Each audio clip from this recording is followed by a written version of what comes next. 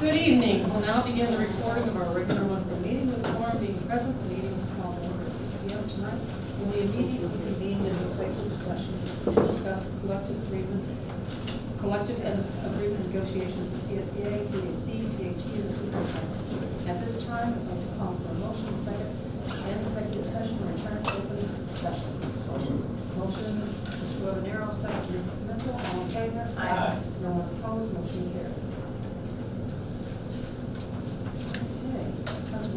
We have a retiree here. Yes. How about a retiree to do We haven't even in the Yeah, we got a couple of retirees that will lead us in the pledge, huh? I pledge allegiance to the flag of the United States of America and to the republic for which it stands, one nation, under God, indivisible, with liberty and justice for all.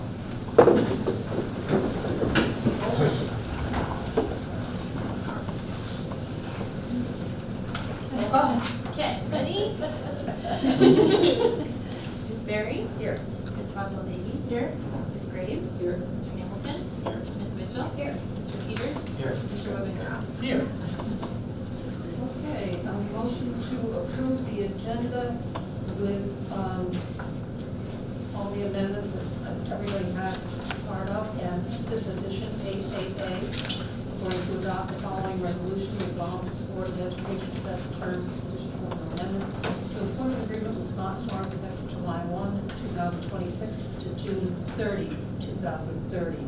Regarding the superintendent of schools position, authorize the board president to execute such amendment, take all actions necessary on behalf of the employer in effecting the terms of the agreement. So that's the addition that you don't have. Okay, so motion to approve the agenda with that addition. Motion. Motion, Mrs. Mitchell, second, Mr. Peters, all in favor? Aye. No one opposed, motion carried. Okay, motion to approve the minutes of May 13, regular monthly meeting as written and or corrected. So, Mrs. Mitchell, second, Mr. Webanero, all in favor? Aye. Motion carried, no one opposed. And we've got some recognition tonight.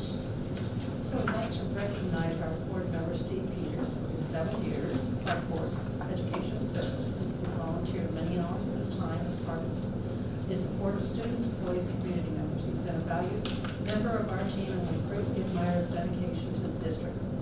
Thank you so much, Steve. I certainly always appreciate him giving me some different point of views.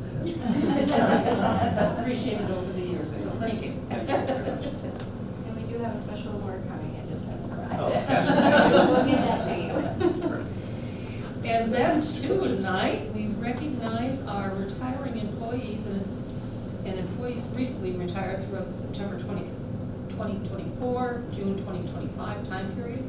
Commemorative books will be placed into circulation in our school libraries in their honor of service to the district. Peru Central School District offers heartfelt congratulations and best wishes to the following retirees, most of which have provided decades of public service to the children and residents of our school community. I think I had to go ahead and look at the numbers, okay? I think I got like 160 years of service.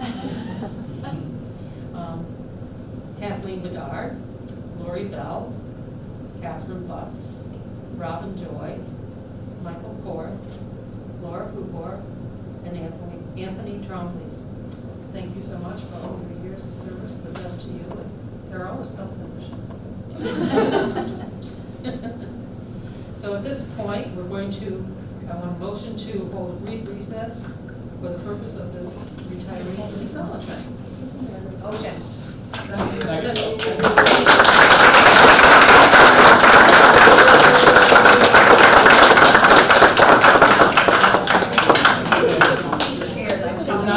Recess and to return to open session.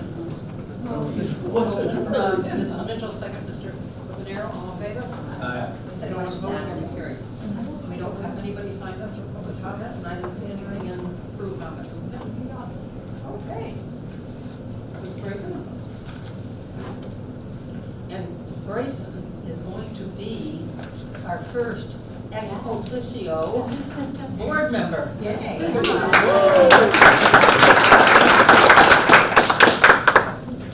Good evening, Mr. Storms, Board of Education and Administration. The High School Student Council ran elections and appointed all officers for the 2025-2026 school year. The biggest topic of conversation right now is the new cell phone policy. We appreciate the flexibility of Mr. Berry and the leadership team for allowing our seniors in good academic standing the opportunity to document their final days at Peru High School with their phones during select times. As the school year comes to a close, I want to take a moment to reflect on what a wonderful, productive year it has been. From academic growth to school-wide events and community involvement, this year has truly been filled with positive momentum and meaningful experiences for both students and staff. The dedication of our educators, the enthusiasm of our students, and the support from community have made this a year to remember. I also look forward to attending board meetings as a student ex officio Board of Education member along with Vice President Maggie Guerra. She was unable to attend today but wanted me to express her excitement as well. Thank you. Thank you.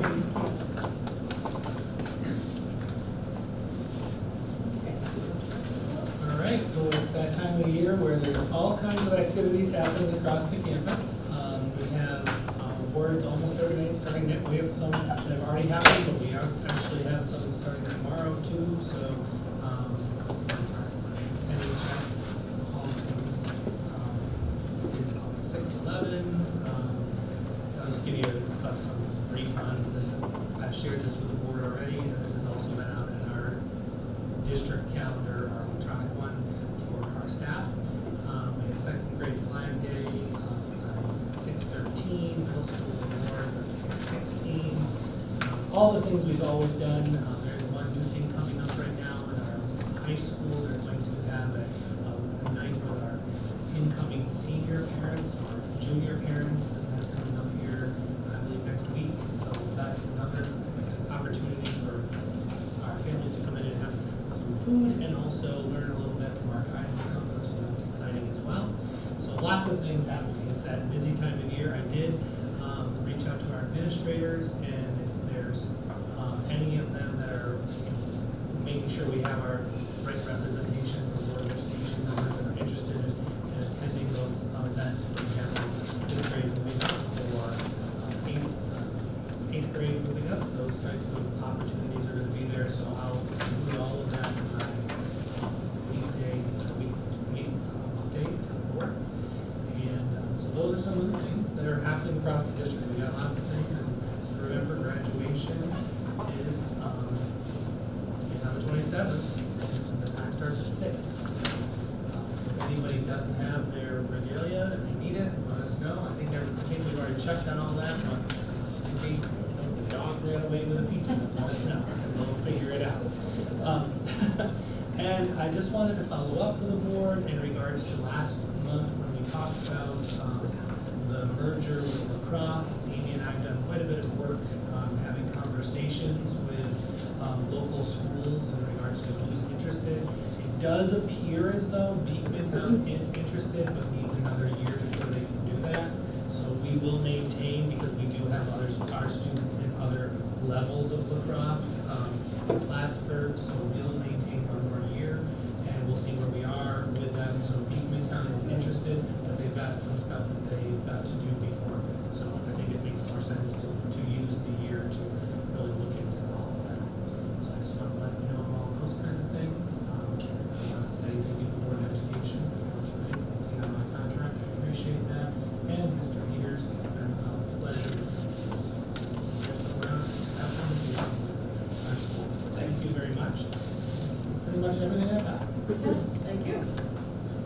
Okay, we're going to congratulate the PAP retirees, but obviously they already did. We want to recognize the voluntary hard work of Steve Peters for over 7 years representing families within Peru district, so thank you. And we look forward to working with Lauren Crew and Sarah Grace sitting on the whole group. And we are excited to welcome our newly hired teachers who will bring good additions to our Peru faculty. That's it. Thank you. Okay. Sports review. Let's see if she's as good as she was at that last one. Yeah, right? List is only 2 instead of 3. We got one out of the way. All right, good evening. So I'm going to review our winter and spring sports seasons with you tonight. Really great year for Peru athletics. I think we totaled 14 sectional championships this year, which it ties our record from the past.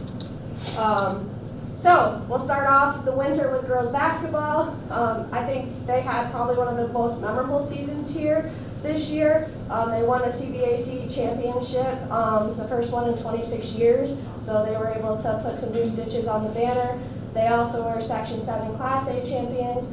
They had 5 all-star selections: Reese Dupree first team, Bella Berry second team, Violet Berry third, Natalia was third team, and Maggie was honorable mention, which is pretty cool. There's 15 all-stars chosen in the whole league, and we had 5 up there, so that's really cool. And then Reese Dupree was on the all-state team, 5th team, and Bella Berry was honorable mention for that. And then Brittany Marshall was coach of the year for the CBAC this season. Boys basketball made really great strides. Their record didn't reflect just the improvements that they made. They lost many 2-point games this year, so it shows us that they're making the steps to continue to build their program for the future. And they did have an all-star selection this year. Jordan Osborne was their team all-star. Wrestling also had an awesome season. Our wrestling program has come a long way in just a year. The CBAC brought a dual meet championship to the CBAC this year. What that is there's a team championship in Syracuse, and typically the section has just sent the team that had the best record at that point in the season, but this year they decided to do a championship for it, and our wrestling team won, so that was really remarkable for them. And it's pretty cool. I put a picture of Aylin up here, and that is the match. She was wrestling the kid from NAC, which was a big win that actually helped them solidify this dual meet championship. So it's pretty cool to see our female wrestler with such a big win. The kid she's wrestling there ended up going on to the state tournament and wrestling in states. They had Caleb Starkey and Jeremiah King as sectional champions, and they had all-stars of RJ Bishop, Mason Starkey, and Caleb Starkey. Competitive cheer, they're just fun to watch. It's a great thing to have at our school, and I continue to hope that it grows. Our girls took second place at the CBAC Championship in Mariah this year. They had all-stars of Keelan Hornby, Violet Furman, Autumn Hamborski, and Riley Kaplan. And then indoor track. The boys were the Section 7 indoor track champions, and the girls placed second at sectionals, so that was really good. I think they placed second to Saranac. We had 2 gentlemen that placed at states. They're down here. A 4th place high jump and a 5th place shot put by Elliot Supley, and then Oliver Langto won the high jump. Indoor track numbers, phenomenal. I think we were pushing over 80 athletes, which is definitely a lot. So that sport continues to grow. All our sectional winners are listed here, and they're just fun to watch, and they just work really hard. So I hope we continue to see this sport grow. Boys and girls hockey, different colors, but we had 4 girls participate on the Beekmantown girls hockey team. They were Section 7 champions, and there was no all-stars reported for them. The boys, we had 15 Peru athletes participate on the Saranac boys hockey team, who also upset Beekmantown for a Section 7 championship. Ashton Catlin was first team all-star, and Ryan Campbell was second team all-star. And Ashton Catlin also made second team all-state, which is a pretty significant honor, getting on one of the top teams in the state. So, and he's our athlete here at school. Girls bowling, they had a really young team. This is a sport I would like to see grow a little bit more here and get some more people involved in. We only had 5 bowlers on the female team, where our male team was huge. We actually had to cut down numbers because it was so significant. I think we had 25 boys try out. So if we could just increase our numbers, that's what we're trying to promote, to get our girls competitive again. But they were a fun group of girls and they just had a blast bowling. Our boys bowling team continued their CBAC championship in Section 7 win streak. They won again this year. Our bowler Keegan Hemingway placed second at states, which is pretty remarkable. They were the Ray Holmes Sportsmanship Award winners. And then Nick Palmer, Keegan Smith, Lance Hemingway, Zachariah Boucher, Keegan Hemingway, and Ian Reel all were able to attend the state tournament in Syracuse. Okay? So, our spring sports season, it's the season of 6 sectional championships. I think this was very unexpected, but pretty awesome at the same time. We'll start off with softball. It was definitely a season of ups and downs, and our girls prevailed at the end of the day, winning the Section 7 Class A championship. We had controversy coming into the seeding for the sectional tournament. They actually seeded us second. Plattsburgh appealed it. It was overturned. We ended up going into the 3rd spot like 2 days before we had to play. So we decided to use that as some motivation. And then we played the sub-regional game. We beat Malone. Sorry, Shannon. We beat Malone in the regional championship. So our girls made it to the regional final against Maine Enwell, and it didn't end well for us, but it was okay. It was a great experience.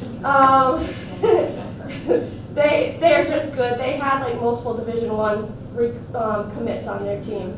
But great experience for the girls. Zoe Malcolm, Sierra Gettner, first team All-Star, honorable mention Maddie Marino, and the girls softball team was also the Ray Holmes Sportsmanship Award winners. So that's good for them. Baseball had another awesome season. They had 1 loss on the season coming in to sectionals. Baseball was a little different this year. They did a 3-game championship series. So our boys faced Beekmantown in it. They ended up winning the 3-game series in just the 2 games needed. They were CBAC champions, Section 7 Class A champions, and they were also sub-regional winners.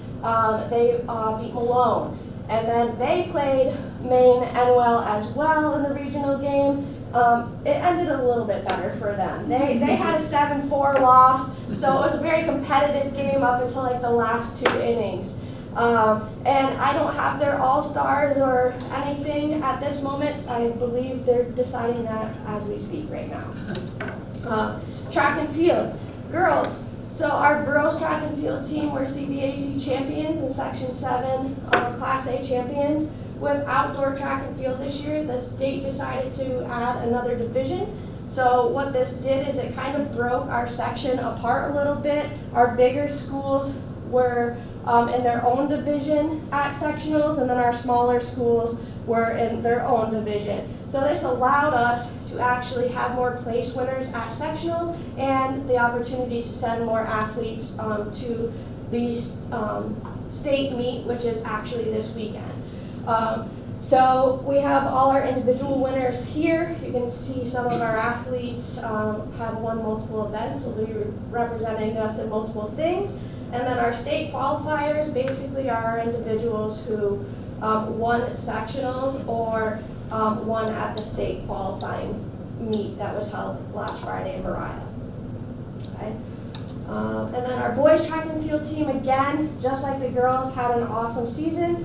They were CBAC champions, Section 7 Class A champions, and then their individual winners at sectionals are listed, and their state qualifiers are listed as well. I believe there's 20 of them headed to states this weekend, which is a big number for us. So it sounds like we have some chances to podium, so that'll be really cool to see the results of that.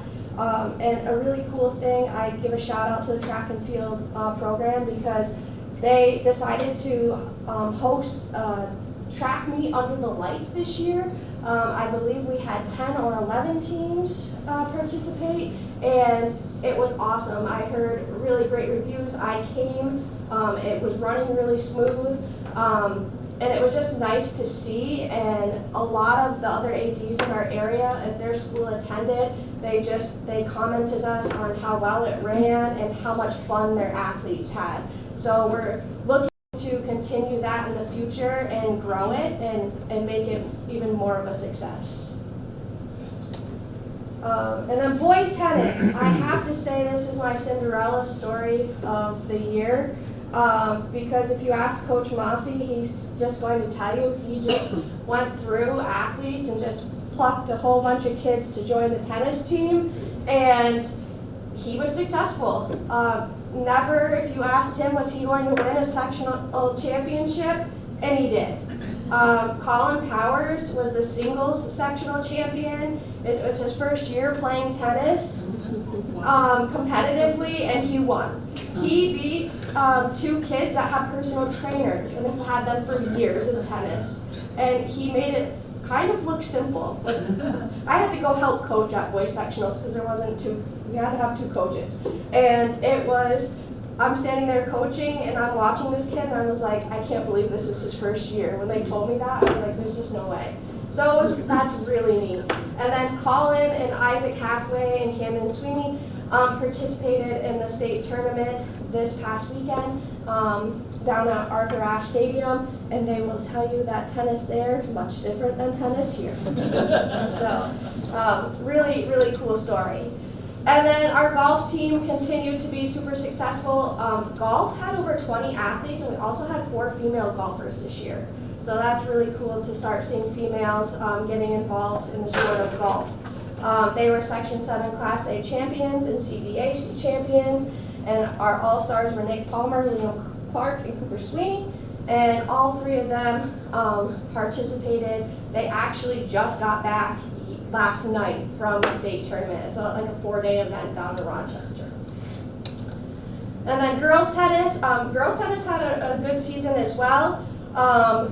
They were on the cusp coming into the final day of potentially having a shot to win a sectional title. I had my fingers crossed that they were going to do it. We had 3 athletes make it to the final day of sectional play. The doubles team of Elise Baharnwa and Anna Zanato, they, I think, finished 3rd they finished 3rd at sectional. So that's really good for them. And then Alexis Bordeaux made it to the finals for singles. And Anna was named an all-star for both singles and doubles. She's actually one of our foreign exchange students this year. And then unified basketball, love this sport. The picture there is of our assembly game that we held against Ticonderoga. And we had great numbers in this as well. I think we had 18 people on our unified basketball roster. So it's just a really great experience, and I think it brings a lot of unity to our school now that we implemented a day game every year. So our team, actually, the section implemented you play 1 day game at your school, and then you travel and play a day game at another school. So every team had the opportunity to play in front of a really big crowd, which I think is great. And then girls flag football, fun season. I think that they'll tell you they're discouraged. It probably didn't go as where they wanted it to, but I think we made significant gains in girls flag football here. I think we have good participation numbers, and I think it's definitely going to take off and grow here, especially if we have the addition of the modified team next year. They had all-star of Nyla Capon first team and Kenzie Whitmarsh honorable mention. And I believe Nyla is our first girl in the North Country to actually sign a commitment letter to go and play. She's going to play at Elmira. And then Kenzie Whitmarsh is also in conversation with SUNY Brockport because they're bringing girls flag football to their campus as well. So that's really cool that we have 2 athletes looking to pursue this. And one really cool thing is the New York Giants teamed up with Steve and used his facility to put on a kickoff event for girls flag football this year, and it was really cool that our kids were able to go and participate, and they put on different skills and drills, and it was just a great way to promote the sport. So thank you for helping with that. And then Here is the list of our scholar athlete teams. I think we only had two or three teams all year that didn't reach the scholar athlete level. So huge accomplishment for our school. We should be proud of our athletes' academics. And then, so some big sports news. I just kind of wanted to end with this because this is the fun stuff. We received the Award of Excellence from NFHS for exemplary display of sportsmanship, ethics, and integrity for the 2024-2025 school year. Brady O'Connell was named the Heart of a Giant finalist, so that kind of put Peru on a map there in New York State. The football team was named the Next Generation Team of the Year. We were chosen for this award because of our school community effort in helping with the Battle of the Blues fundraiser. And there were 388 teams in the country nominated for this, and Peru was picked to be a finalist, and they presented to 10 schools.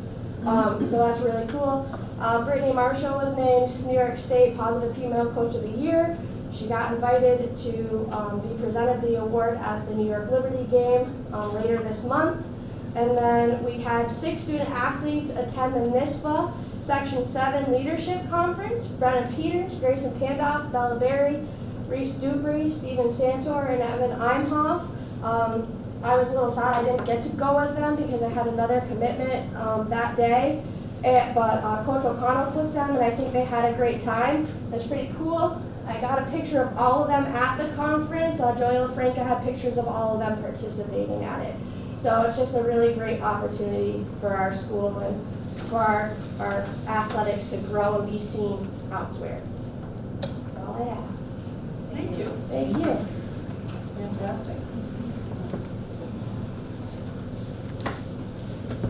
And so the other piece that I really wanted to brief the board on a little bit was where we are with our pilot of cell phones. And we don't have a presentation tonight, but I did ask Mr. Manchester and Mr. Berry to speak a little bit about it. It was a district-wide pilot, but I also feel like the place the most impacted by far would be middle school and high school.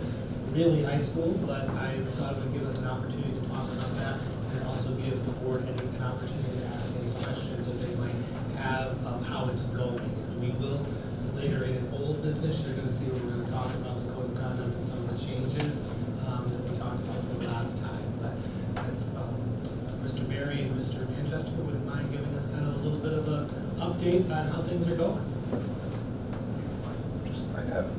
I have a couple clips on the end of this if you don't mind me doing. Oh, wait.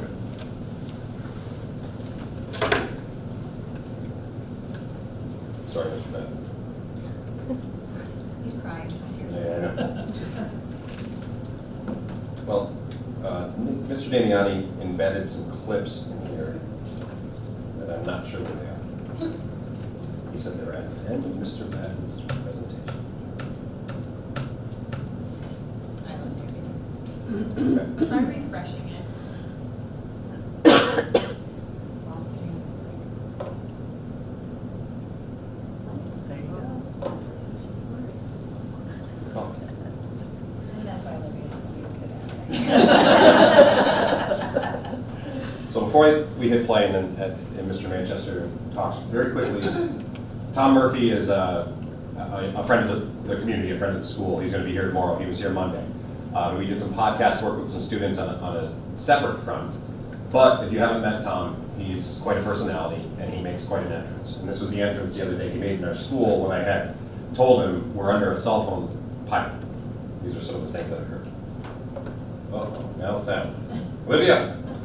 That's Not the bottom. She'll It's take the it. TV itself, TV maybe. itself in the corner of the TV.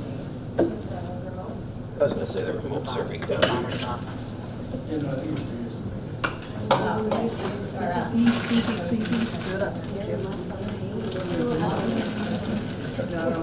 Switch it up. Oh, shoot, can I ask you a question? So, cell phone free pilot, what does that even mean? That's the ones like you can have your phones, like in school and stuff, like everything going in our lockers. Personally, I like it because I get to talk to my friends and like Really? interact with a bunch of people. So you're doing a pilot right now, which means you're gonna like test drive the cell phone free go stuff. Yeah. So, I mean, like, we just can't have our phones, and it kind of sucks, but it's okay. Oh, what is it? It's good. I don't know. I think that it's kind of like you get a sense of relief, honestly. Because you don't always have to be tied to it. Yeah, it's less stressful. That's stressful. Now, who is the one that orchestrated this disaster of humanity? Oh, I thought someone else. The principal.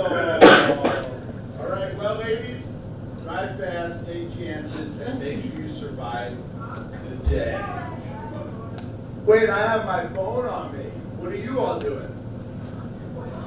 Why? What? Why not? Oh, but for real, what is going on in school? No, not yet. Next year, so you're doing a little bit of a pilot. How's it going? Good. Oh, bad. Wait, what, bad? So the addiction is real. So the addiction is real. Anyways, have fun. Everybody's winning. So, okay, well, the addiction is real. Yeah. But listen, I'm a big believer that the adults should go cell phone free as well. No, that's right. So I believe all the adults in New York State, because the students are going cell phone free, that the adults should go cell phone free during the day as well. Is there any adults out there? Just think about it. So wait, I'll give you a quick lesson. You realize that when you put a phone in a human being's hand, not a child, not a young adult, a human, you cut their happiness score in half. So your parents got you a little phone when you were like 10, 11, or 12, and they gave it to you at Christmas time, and you were like, oh, I love you, Mom, I'm so happy. But they just cut your happiness score in half. I tell parents that. I say the only way to get their happiness back is to take the phone. I say, good luck with that one. So, like you said, Tom's quite a personality, but just those four sitting here, I mean, this was 10 minutes of life. There's a lot to unpack in just those clips. The girl interrupting, I like it, I'm off the hook, I don't have to respond. Yes, have we had some moments here in the last few days? We have. We've had some kids refuse, and we've dealt with it and connected with the families. When I say some, I mean two. If we walk up to some kids and say, how do you think this is going? And there's this underlying, and what I would say, a thank you without overtly coming out and saying thank you. I think you saw that there with how the kids were reacting. Yes, they wanted to use their phone, but again, so many layers of, well, you're a senior, a college-bound senior, you don't have any classes, so you want to use your phone, why aren't you taking more classes? We have a really robust, as you all know, a really robust course catalog. So just those moments brought up a lot of things. Tom says this a lot, I spent a lot of time with him, but I'm a believer in this. We did it to them. We handed them the devices. And sometimes when you are an adult and you make a mistake with a kid, just because you made an adult doesn't mean, or a mistake doesn't mean you can't walk it back. And I think for the most part, by and large, on average, this is the reaction that we're getting from the kids is, we get it, we're addicted, it's okay, it's your fault, it's our fault, and now we're doing the things that we do to try to get back. It has made a marked change in the high school culture over the last week and a couple days. First day of this, these kids joked with me, we're going to bring some turntables out. I said, fine, as long as they don't connect to the internet. Not kidding you, on Monday, there was a turntable. And they were sitting down there and they were playing Billy Joel on a record player. That's awesome. It was great. They were talking. They're talking more. They're not staring at their phones. Their affect has changed. This is all qualitative. and I could go on for a long time, and I don't want to take any more time from Mr. Manchester, but this is the right move, and I'm glad we're doing it. We are able to learn. There are some things that we have to massage, absolutely, but at the same time, what a difference, and we want to talk about engagement and all of the things. I mean, I hate to blame it just on the phone. There's more to it than that. Maybe 20% more, not much more. So those are my anecdotal thoughts. Yeah, so middle school not as much of a culture shock. As you know, we're in our third year of a cell phone policy that basically limited our students to only using it during like half of their lunch period. So starting in June, that just changed it to they couldn't use it from bell to bell. I think we've had maybe 2 or 3 infractions, but not nearly, I would say, not nearly the uproar because it wasn't that much of a significant change in the middle school. So. Thank you. Yeah, good. Thank you very much. Yeah. I've had good reports at home from my kids. The one in particular who said on Monday, today was a really productive day. And that's an exact quote, and I said, well, why? He goes, well, no cell phones. He goes, I got more done today, I got all my homework done than I had any other day of the year. And I go, oh, so it's working. He goes, well, kids are still getting away with stuff. I go, what do you mean? He goes, well, instead of playing on their phones, they're just playing card games instead. That's I think also it's really important to acknowledge that special thanks to the flexibility of administration, because this is a pilot, we're trying to figure it out, and we have to give a little grace for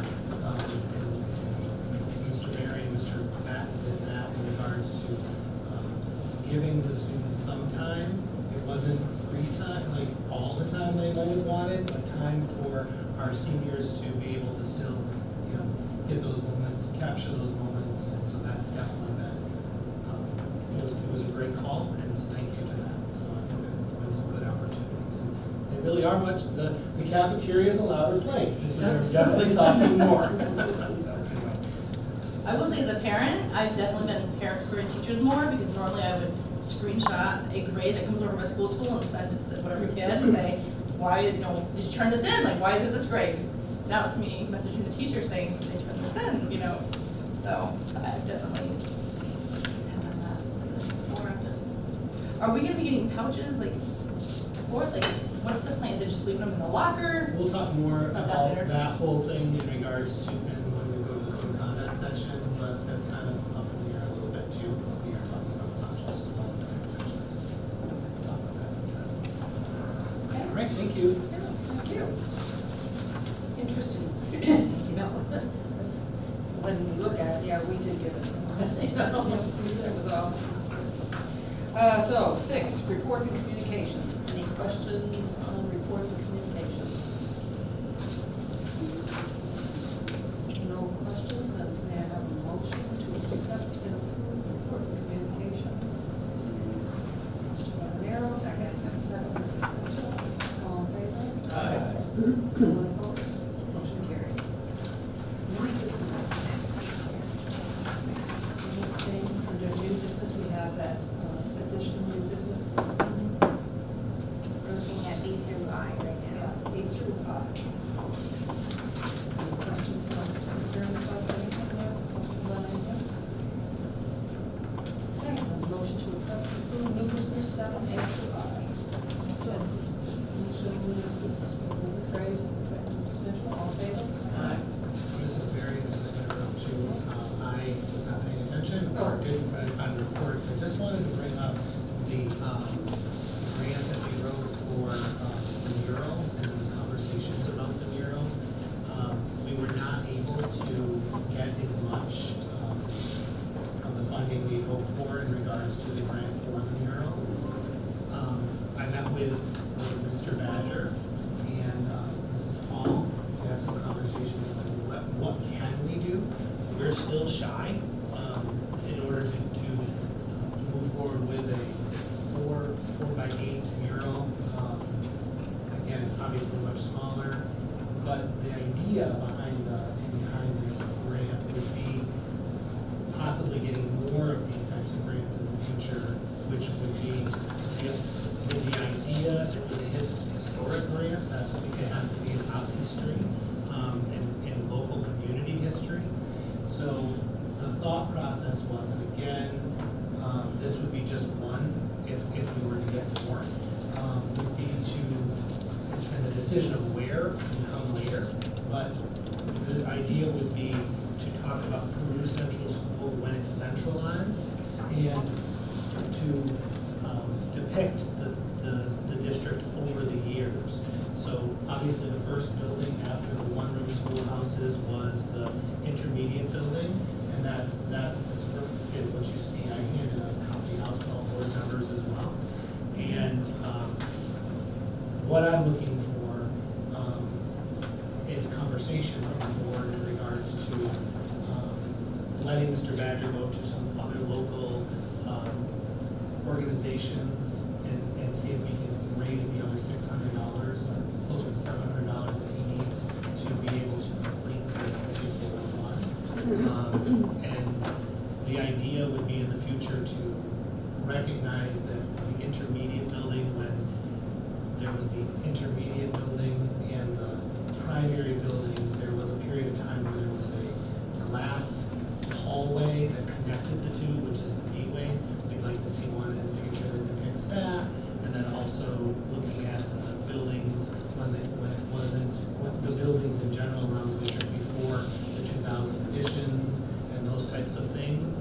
And that would be historic in nature. But I just was hoping the board, and so my apologies for going a little out of order on that, but just wondering what the board thinks on that and their feelings on that. I love the idea of our students being able to see our history through the steps, because I think that when they take a look at that piece where there was the breezeway connecting the primary and the intermediate, there was also a roadway underneath there. Which is amazing to me. I've been down underneath the wing. I can't even imagine a road. But anyway, I think It was. that's- There was a road. There was a road, and it was nothing but the B-wing was nothing but a breezeway. We called it the breezeway. So it's nice. History is important to be able to document in some way, and I think this is a beautiful way of documenting. Thank you. I completely appreciate the desire to celebrate history, but when I look at this picture, and there's a deck that was briefly shared with the board previously, those images don't, to me, reflect what I would expect as bright and inspiring artwork that we would want our students to see every day. I know it was suggested maybe we have it over there on the side of the crack box. That's the building that every single K through 5 student drives by every single day. Do we want the picture they drive by every single day, starting their day, to be a drab, colorized black and white photo, or bright, inspiring colors and shapes that put them in the minds that we want them from educational learning? We have intentionally pursued historical grants because that's what Red Badger does for his type of art. It is history-based art. If we took the time and effort to pursue grants related to, I know other schools in the area have done grants based on mental health, diversity and inclusion, there's all sorts of other opportunities out there. So I think I would love to see us step back and get some community input on what type of art do we want to put on our buildings, where do we want to put it on our buildings, and what are we trying to achieve with that? Because this feels like we put the cart before the horse, and I don't think that's the right way to approach it for the community or our students. And if we want to do something that is explicitly history-based, I can again appreciate that, but I don't think where it's been suggested and what is currently being suggested in this format is something that I would support as a board member. I don't think it's where we should be. Maybe we have something in high school that talks about the history of the building of the year. I think the content is more appropriate for this older audience than that younger audience. I think the other piece, just so you know, that we talked in the previous slide deck about a location. It does not have to go in that location. There's no commitment to that location. We have been, we were awarded, that's in the board documents here, an amount of money for that. If we're not interested in moving forward with that, that's okay. I would just have to let them know we're not going to move forward with this particular grant. So in this 10% of the ask. There's, I think, also a pretty substantial ask. So again, I don't think we're so far down this road that the sunk cost of us saying, wait a minute, what are we trying to do intentionally with our faculties and the design and layout of our space is, again, I don't think we're too far down that road to make that decision and proceed thoughtfully again about how we want to decorate our shared space for our students in the community. Because yes, great for the community to see all of the history here. I think most importantly though is the students. And that's my first concern, is what are they going to see every day in their building that's going to put them in the mindset. What are you asking in? I don't support this currently. I don't think this is a picture that K through 5th graders should see every single morning when they drive by the cracker box. When you look at what some other schools in the regions have done, it's bright, it's colorful, it shapes, it's writing, it's inspiring. This is not inspiring to me. And so we have intentionally, pursued history-based grants, but we haven't had the conversation about what we want to do with that. So what I'm saying, what I'm asking, let's step back. Let's have a conversation about what we want to do, and then let's go try and identify opportunities to do that. This has a stylized full-color version of the photo. So don't trust the artist. I mean, his evidence is down in the park. I don't want those photos that are down at the Park Honor School. Those are stylized full-color versions. I mean, I don't think that's appropriate for the setting of our school. I don't want this photo on the cracker box. This is the stylized color photo. And the other one we saw was a bunch of kids in black and white clothing lined up to go into the classroom. That doesn't inspire anything like look at on the side of Plattsburgh's school. I think that's great. It's bright, it's vibrant, it's colorful, it's engaging, it's fun. What's on the side of the Plattsburgh School? The outside art did it. That was on Warren. Yeah, that's on the But it's facing their parking lot, right? And it was a collaboration with the school. It's a four-tire building. Sure. Yeah. They dedicated the space for the school. Well, I think we can get something vibrant and colorful. I'm still, we've got a grant. I don't want to not take a grant, this opportunity of an historical piece. I think one of the first steps is to do a historical piece. Then when you're talking about something that you might want to see differently on the end of the primary building of something to do with play, then we look for another grant. Right now, the grants that were available were historical.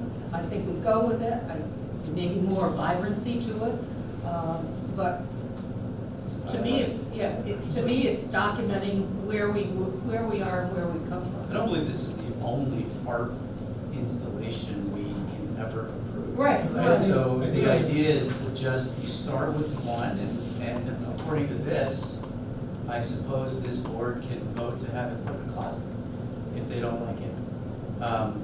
If it doesn't come out, somehow offends people, then you can move it wherever you want. Again, I would trust the artist in this case and not harm their efforts. Because the last thing we want to do is not motivate our faculty for doing these extra things. I also see it stimulating the other generation, look at the other side, the grandmothers and grandfathers that said, I remember this, I remember that, and telling that to their children and making that dull picture, which to me is dull at the moment right now, making that come to life in some form with human connection. I think this is not just history, this is connecting the whole community. It's connecting the kids that know nothing about this with. I don't think that every one of them has to be dull and drab, but I think, like you said, a starting point of historical and kind of evolving from that and going in different directions. But I do think that there's something to be said. The minute Scott mentioned this morning about the opening over the breezeway, my husband's a runner. He ran through that breezeway every single day for 30, 40 years before. It was just one of those things. But a picture of that would stir up a whole bunch of dialogue with so many different generations. It's not just a picture on the wall that you see in the morning. you know, it creates something more, you know, community. Yeah. I think that I understand what Eddie's saying, and I don't necessarily disagree with Rule 7. I do believe that there's a better location for it. I agree that if we have a grant, that I don't think it's a problem if somebody wants to pursue getting more money for it. I would be cautious about where to put it. I agree, it might not be best placed there, maybe somewhere near the district office, because it's about the district as a whole.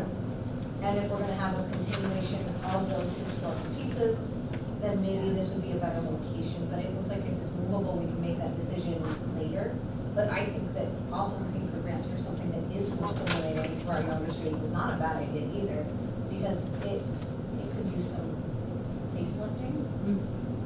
To what you're talking about too, it's only a 4x8, and it's certainly not going to be painted as a mural on the wall. It will be painted I like that. on a board, and And that then can make be the determination if they so, Right. if they wanted a particular location. Perhaps once it's finished, we Correct. can take a look at it For and sure. make a decision.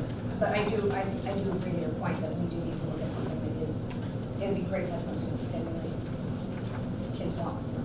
It's the history of the building, I think it should be over. It's the history of the district. And if you're gonna be starting with this, and then you're going to the intermediate and that, and then when the addition of the secondary building and all of that, if that's gonna be an entire progression, but it is gonna be the entire, like you were just saying, centralized campus. So I think it depends on what you might end up wanting to do with it. I think it's a start. And, you know, certainly, we can look for other things. If you take a look at the side of the cafeteria in the intermediate building, there's a beautiful mosaic sitting there that happened many, many years ago. And people still come and try to find their names and everything else on that mosaic. You know, something, you know, like you were saying, something to indicate that part of, you know, maybe there's something on the outside of the big primary gym that's something to do with younger children and so on. This is just the one piece of starting out with, what's our history? So, I say we take a look at it, see what it looks like when it's finished, and we can make a decision as to where it goes. Right. So I guess there's two questions involved with this, I think we need the board to, I guess maybe vote on this particular. So we have moved 10F now. Somehow we moved to 10F. So we. Oh, I thought it was in this section. We put 10F up at 7.5, which is fine. So, okay, we'll wait till 10. Okay. Well, I think we've done it at this point. We should motion and second to move it up to 7.5, so to speak. Okay. And that 10 will now have just F, G, and H, which will be slightly different. Motion to move it up to 7.5. And then, yeah, and that to change 10 to just, G and H. FGH now instead of FGHI. And then what motion though would you guys Okay, like well, to you just got actually this, go okay. on? Are you Okay. authorizing Mr. Storms to move forward somehow? Or are you wanting more discussion and more information or? There's two pieces to it. One, are we going to accept the money for the grant, and then also authorize Mr. Badger to continue trying to get the remainder of the money that we need, which is roughly $700 to be able to do this, or are we going to decline the grant money? Okay, so motion, first motion, what number do you want this now? We're doing it at 7.5. 7.5. You're 7.5. Okay, we have a motion to accept the grant. Motion to accept the grant. Do I have a motion? I'll make a motion. Motion, Mrs. Boswell Davies. Second. Second, Mr. Peters. All in favor? Aye. Aye. Anyone opposed? Nay. Nay? So no, 6-1. Okay, 6-1. Okay, now, 7.5. Motion to authorize additional. Motion to, yes, motion to authorize Mr. Badger to continue the pursuit of any extra funding to be able to do something, the first school building. Can I just ask a question on that? Yeah. Does it come with like, some sort of criteria or like district support? Do we write a letter and then he goes out and finds it? I mean, I'm just wondering if there's parameters that exist or something like that. I don't know. I'm asking. probably need something from the district office. Yeah. Okay, I just think that if somebody goes, hey, I need money for this, it would be, and it's something that's a district supported. No, it should be- no, he will have to show the proposal. You need to ensure, like, the administration, Yeah. make sure they're okay. I'm just wondering, I didn't know, because I don't know who brought that up before. Yeah. Okay, sorry. That was it. Okay. There's plenty of frustrations that that's the process that's already happened, now we're trying to work something we want this, but the effort's already gone into pulling together the proposal and the concept. That should have been a conversation we had 6 months ago about what we want to do now, put that time and energy into pursuing those type of plans. And so now here we are at the end, well, we can't turn away money we've given, no, we should have been more thoughtful about chase the money to begin with. I think that's my point. Well, my assumption was that we did have that conversation. I think Was that one of the meetings we had a conversation about it, but we didn't. Not sure. But we did have a conversation about, continuing to pursue some kind of grant for something historical, because at the point, that's the only grants that we could find. Right. Okay, so now we have a motion for Mr. Badger to go out and pursue the rest of the funding for this bureau. Move Mrs. Graves, second Mr. Peters. All in favor? Aye. Aye. Anyone opposed? Okay, 6-1, motion carried. Okay, so that was seven, whatever, right? I It's do. okay, I think Mr. Schrum saw Laura Payne Borsi's grant. Okay. You know something. Okay. It's okay. Right, it was in the report. And I do want to mention something too. I want to thank all the administrators, the directors and so on for their reports. We do take the time to read them, and thank you. They were very complete, thorough. They gave us a nice, viewpoint of everything that's happening in each building, so totally appreciate that. Okay, where are we on 7? We're on 7 now? 8 personnel. Did we do all We seven? voted on, We didn't do all seven. Did we vote on all seven? Yes? Yep. Okay. And Ms. Graves is- Okay, now 8. Okay. And 8, we have some. We have A, and A through K. Yeah. Okay. Any questions, comments? Okay, then motion to approve 8A through K. A plus A through K. And 8A. All the, but particularly 8AA. Motion. Yes, motion, Mrs. Mitchell, second. I didn't hear. Mr. Webanero. Mr. Webanero. All in favor? Aye. Anyone opposed? Motion carried. Okay, 9, unfinished business. So A is just a placeholder, we're good with that. Yeah, we didn't have anything. Yeah, it's going to be, Okay, B was the annual vote and election, so. We have to separately vote on B. So do I have a motion, resolve, approve, or Central School Board of Education, Central approves the results totals of the May 20 April budget vote and school board elections as follows. So moved. Mr. Webanero, second Mrs. Mitchell, all in favor? Aye. Anyone opposed? Motion carries. Code of conduct. I think we have Mr. Good evening. So, we're really sort of continuing the conversation from our last meeting. At that time, we talked about changes specifically to the electronic device policy, and that's really what we are talking about tonight. So as a reminder, why is it changing? Heard a lot of rumors about Mr. Storms wanting it to change, the governor wanting it to change. It's all my idea, but that's not the case. It's due to a change in education law that requires a change. And as a reminder, it's a huge process for it to become a law, for a bill to become a law. We did the history lesson on that. We'll skip it for this week though. And then the policy itself.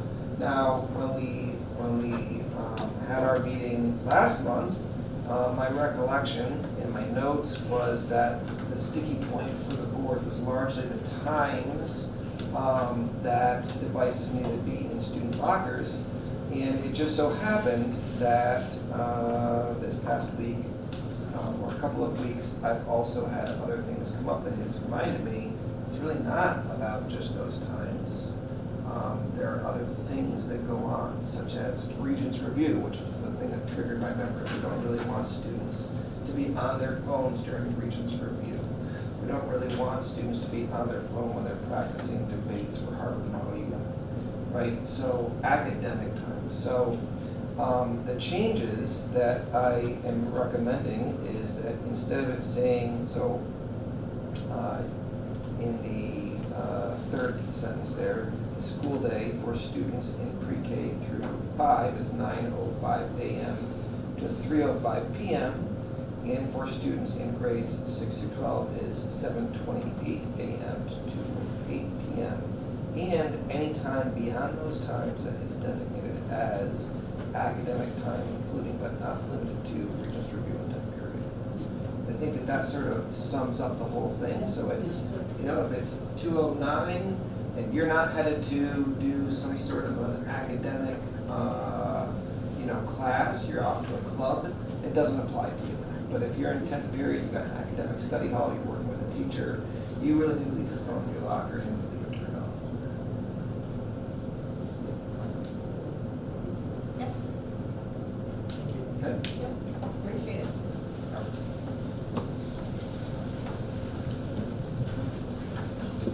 So, This would be adopting that? yes.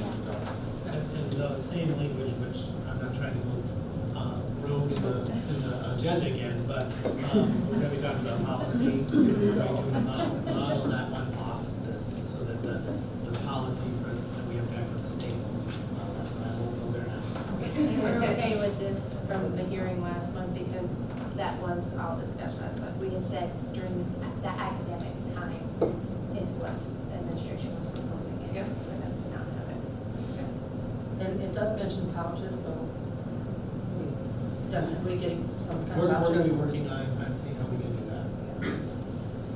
Okay, motion to adopt the 2025-26 Code of Conduct. The public hearing of the Code of Conduct was held on May 13th, 2025, at the monthly meeting. So moved. Motion is Coordinaro. Second. Second, Mrs. Mitchell. All in favor? Aye. Anyone opposed? Motion carried. Okay. New business, the Rural Schools Associations, there is a summer conference. You can go all the days, or you can go one day at a time, I don't know. I didn't find anything particularly, I'm sorry, the agenda to me didn't look like anything that was kind of facing us. I was surprised at how, wasn't current with some of the issues that our schools are facing. But anyone who's interested in going. I'm going to see yes if someone wants to be there. Okay.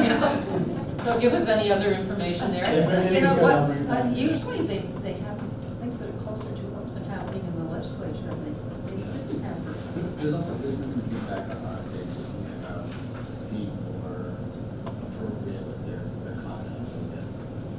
See what happens after that. Maybe they won't have quite the attendance that they had in the past, because in the past it's been very, very productive. I know some news ads on things like that. Yes. Not really relevant topics. Yeah. And stuff that. Okay, so at this point, we don't have anybody who is going, so we don't have to have a motion or anything, right? We were just saying, that way it shows it goes Okay. over to you guys and. Okay, so we have a motion that no one is, no attendance at the Rural Schools Association meeting or our Board of Education. Mrs. Graves, second? Second, Mrs. Mitchell, all in favor? Aye. Anyone opposed? Motion carried. Okay, 1900 policy. That was pretty good on this, I think. Any questions on this one? It was the parent-family engagement policy. We do, we have a time crunch on some of our policies, just in order to be able to get some of our allocations with the state, one is allocation. This is Title I. Yes. This is pretty standard. Any questions on it?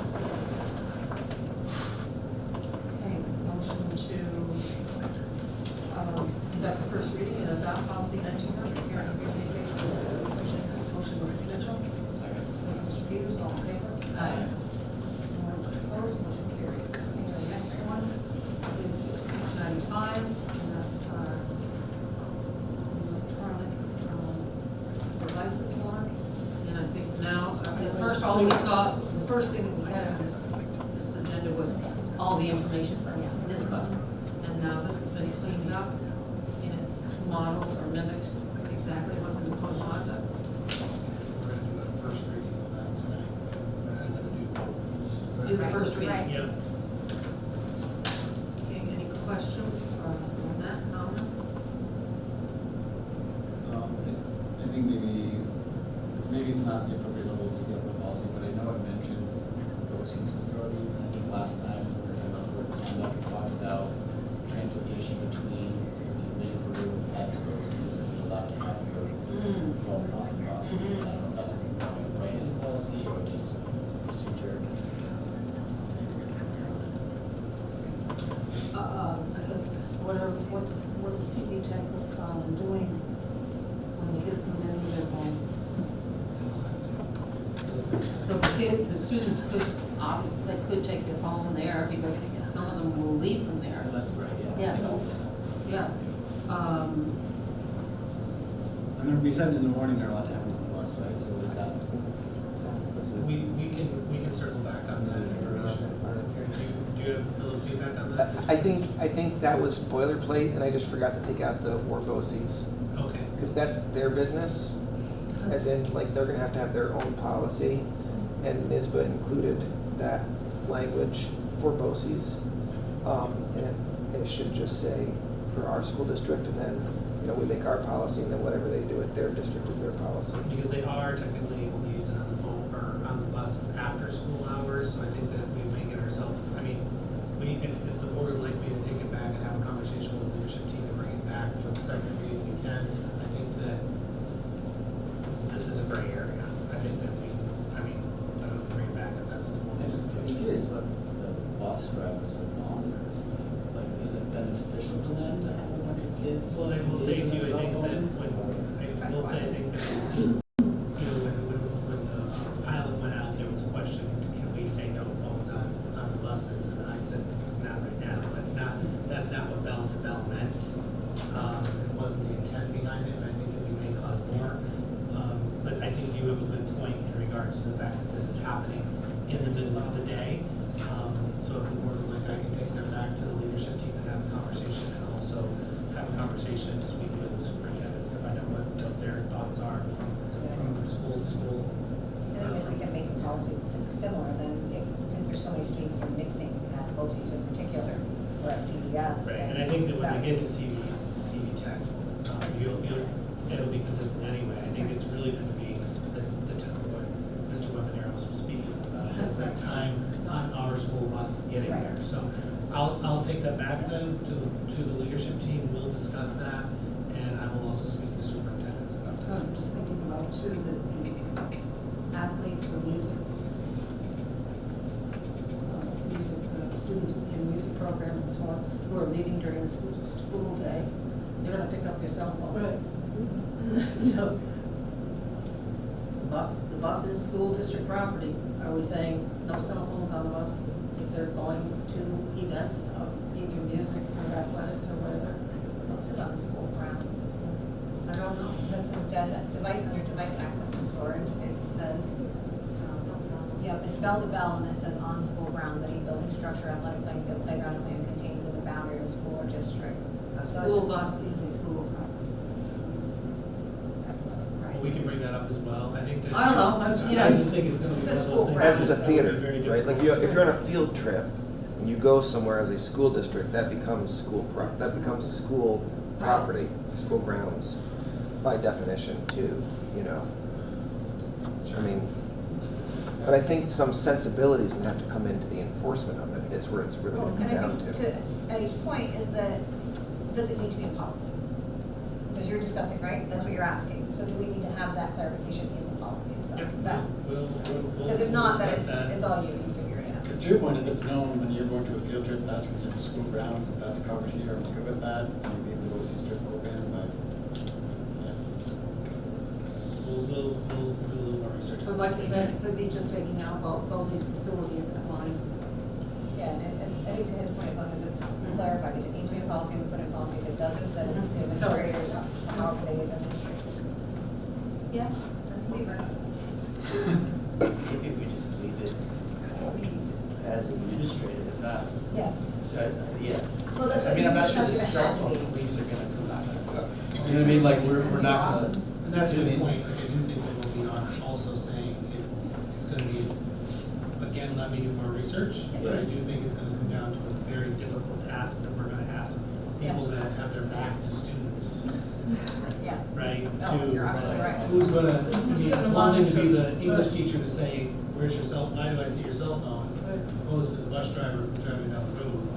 I think it's gonna be hard, but I'll take it back to the leadership team, we'll come up with some recommendations, and we'll bring that back for our second reading, and we'll plan for that with the board, so they have that. Yep. We can reach out to NISBA also because it is. Well, that's a good point. There may be, other schools, that have contacted them, and as you know, some of these policies later come out with regulations and exhibits. NISBA may say, this may, regulation or exhibit may be coming out, or some districts may be Sure. asking for that. You guys don't have to Sure. adopt that, but that's a procedure we set internally, and then administration follows. Thank you. We still need to have a motion to, Yes, do the first reading of policy 5695, students and personal electronic devices. Motion. Motion, Mr. Peters, second. Mrs. Mitchell. All in favor? Anyone opposed? Motion carried. Now, policy 6640. It's also just a first reading. And then, again, this is only a first reading. And this was just on inventories, very short and sweet. Do we have to have this one now? Whitey had said it will, she only needed the regulations, but the administration of it is what she advised. So it's 5,000. Was this the 999 one? The 6640, are you talking about? Yes, 6640, the amount. And yes, it's the 999 motion. That's, okay, I wrote it down. It should be what? Not nine? Yes, but our treasurer met with us, and that's, Ms. Leclerc met with us and said that the district does indeed do anything 1,000 and above. That's what, she gave us the 999 amount, she said. Well, it's a good thing it's a first reading. Okay. Okay, so we'll check that. Motion to conduct, so we got the first reading anyway. Policy, motion to conduct the first reading of policy 6640. Sorry, just a quick on that then. So Yeah. one of you is the discrepancy between the state requirement and the policy. What are, I know CBS recently, in the last year or so, has raised some of their policies because they're, dated and at the time you could do $1,000, maybe more, you could do $1,000 a day. It's just an administrative burden. So that might just be a discussion for the office of like what we feel is the appropriate level for that level of scrutiny. Circle back on that one. Okay, so motion to conduct the first reading of 6640. So moved. Mr. Romero, second. Mrs. Mitchell, all in favor? Aye. Anyone opposed? Motion carried. Okay, policy 6700. And this is just purchasing. And is this one of, Is there a this one we minor- have to adopt, right? Yes. Okay. This one we have to adopt. Very minor changes.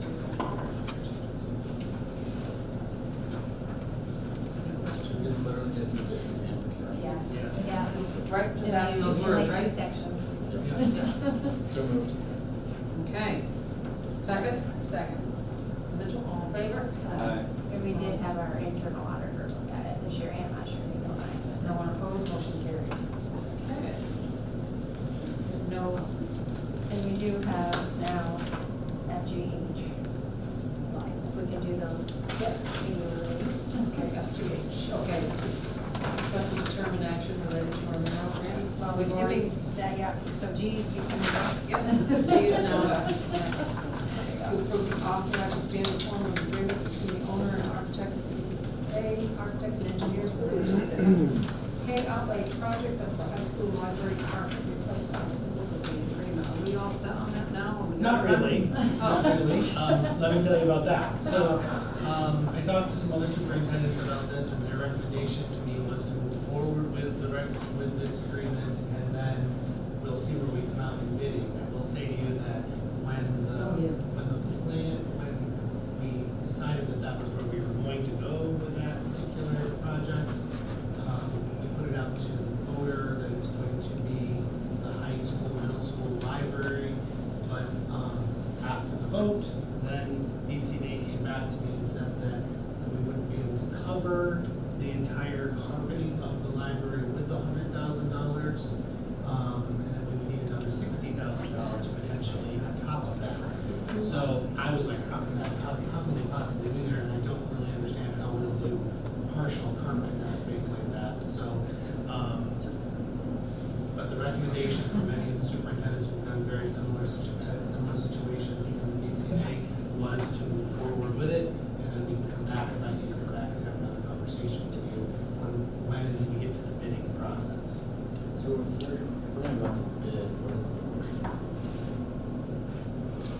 You're You'd approving be approving that agreement as loaded, as loaded. as attached to that. It's gotta go to state ed. This agreement doesn't this agreement fix up price? I don't understand how you can accept this agreement and still go to This is going to, I know we have the school attorney review, which says okay to sign. This agreement is only between us and the architects and engineers. It's not between the contractors. Allows them to go out and bid. Correct. Yeah, they design the project and Yeah. then. Yeah. And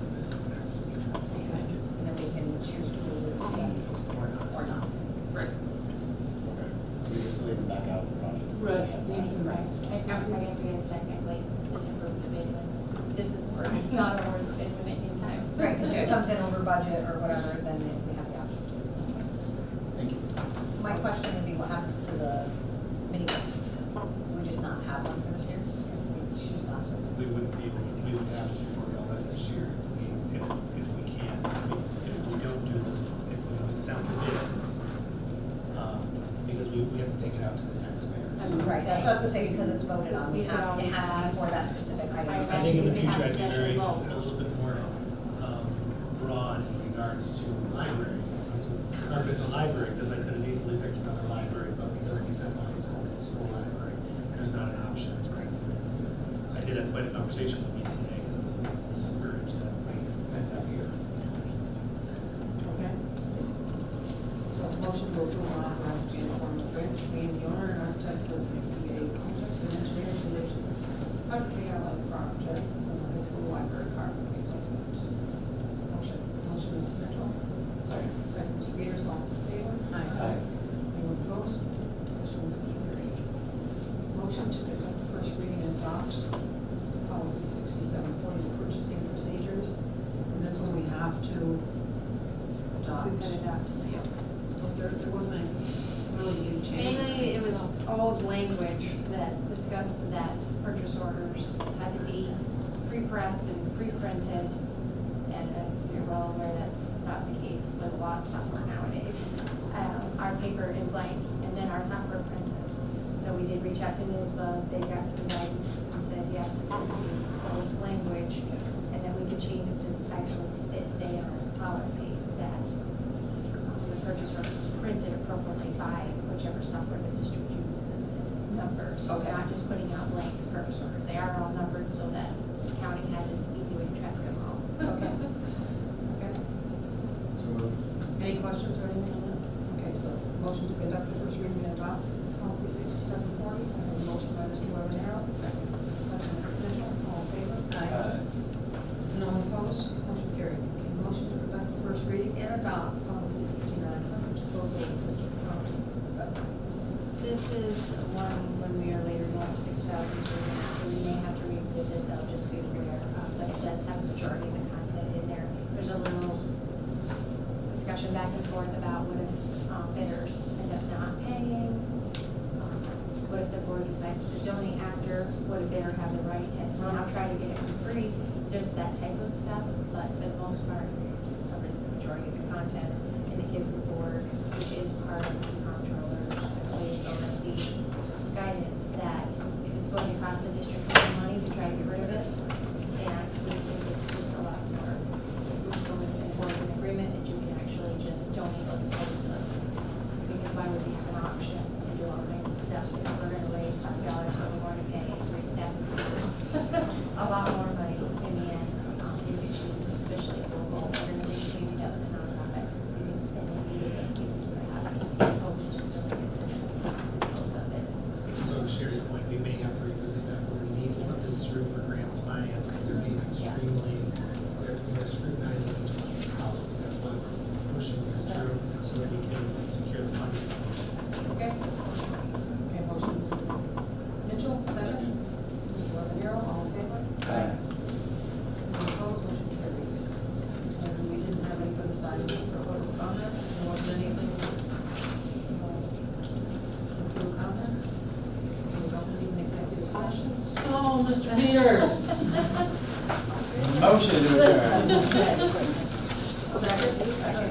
Second, Mr. Mitchell, all in favor?